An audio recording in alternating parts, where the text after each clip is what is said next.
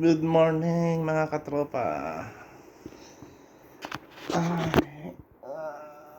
Sunday na naman. Sunday dito sa Ghana. Okay, wala tayong pasok pag Sunday dito sa Ghana. Time na para bumangon at magluto ng ating makakain.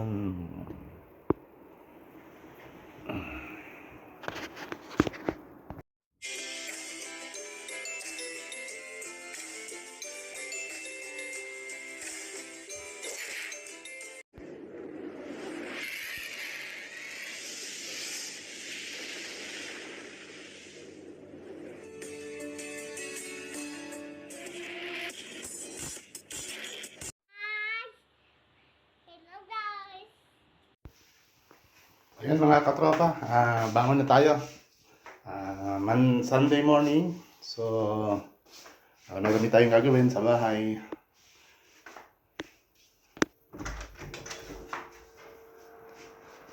Yan, dito tayo. Lalabas tayo sa ating kwarto. Ayan ang ating kwarto. Tiniklop ko na yung bed. Okay. So, dito tayo sa ating hall. Yan pala yung ating salas, mga katropa. Ayan yung aming lamesa. Ayan ang salas. So, dito sa papuntang kusina, ito yung papuntang kusina. So, ayan, may rep tayo. Ayan yung lababo. Ayan, nagsala nga pala ako kanina ng labahin natin. Ayan, naka-washing na. So, ayan. So, tingnan natin ang Ghana. Masarap tumingin dito pagka ganitong pahinga tayo. Ayan. Tingnan nyo muna uli ang Ghana. Yan ang sa labas, sa may balkon namin, balkonahe. Yan ang aming garahe. Ayan yung mga sasakyan namin ng mga katropa. So, yan. Yan yung makikita sa aming balkonahe.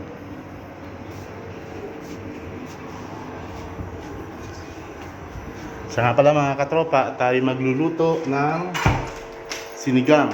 Sinigang na, ayan mga katropa, karne. Pinakulaan na ng ating kasama ni Roderick yung karne natin kagabi. So malambot na yan. So ang kailangan na lang natin ay lagyan ng mga gulay. Titimplahan, ganon. Tingnan natin kung anong gulay meron dito. Ayan pala laman ng rep namin. Paubos na rin. So ang masarap na luto ay sigang natin mga katropa. So meron tayong ito, may okra. Yun. May talong. Ayan, talong. Kamatis. Kailangan natin kamatis. At may pwede na yung wala tayong ibang mga gulay. Kung ano lang meron dito mga katropa. Lagyan lang natin ng repolyo. Bahala na, lutong bahala mga katropa. Basta alam niyo naman dito sa Ghana, gawa-gawa lang din paraan kung ano makakain natin. Mahirap kasi pag malayo kasi ang rito, ang mga bilihan ng mga kailangan. So sasadyain pa. So kaya dito gagawa mo na lang ng paraan kung ano yung mga available mong maluluto. Ganun lang ang buhay namin dito sa OFW ng Ghana. Kung ano lang available na nandyan, so pagtsatsagaan natin kung ano meron. O yan mga katropa, yan lang ang ilalagay natin sa ating sinigang. Yan, sinigang, may karne. Yung karne na yan ay napalambot na. Lagyan natin ng sibuyas. So, sibuyas, ito, marami tayong sibuyas dito. Yan, okay. Yan, marami tayong sibuyas. Sinigang mix. Kailangan pala natin ng sinigang mix. So, ayun, meron tayong stock ng sinigang mix. Ayan. Nor sinigang mix sa gabi. Ito, mas maganda ito mga katropa. Kasi, medyo ano to, medyo malapot ang magiging sabaw niya pag sinigang sa gabi. Meron pa namang klase rito na isa. Ito, original. Sinigang original. So, mas maganda yung isa, yung sa gabi, para medyo malambot. Ayan. Ganun talaga rito mga katropa. Yan lang yung mga ano lang available. Yun na lang ang ilalagay natin, isasahog.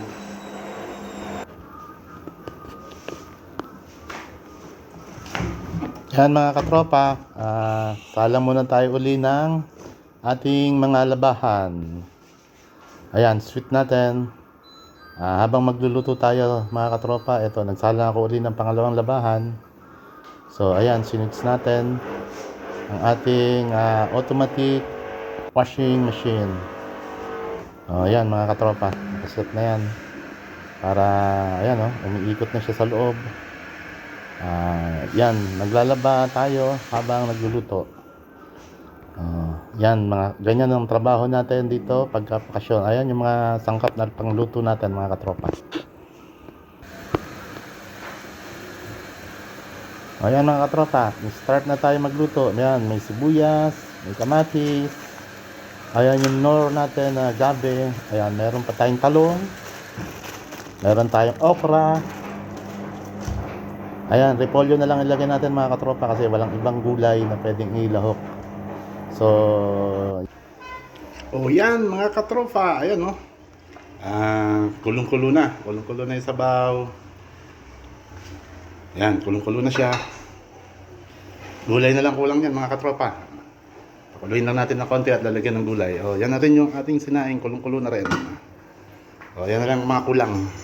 Sinigang mix, gulay, at mga, yan na lang panghalo natin mga gulay.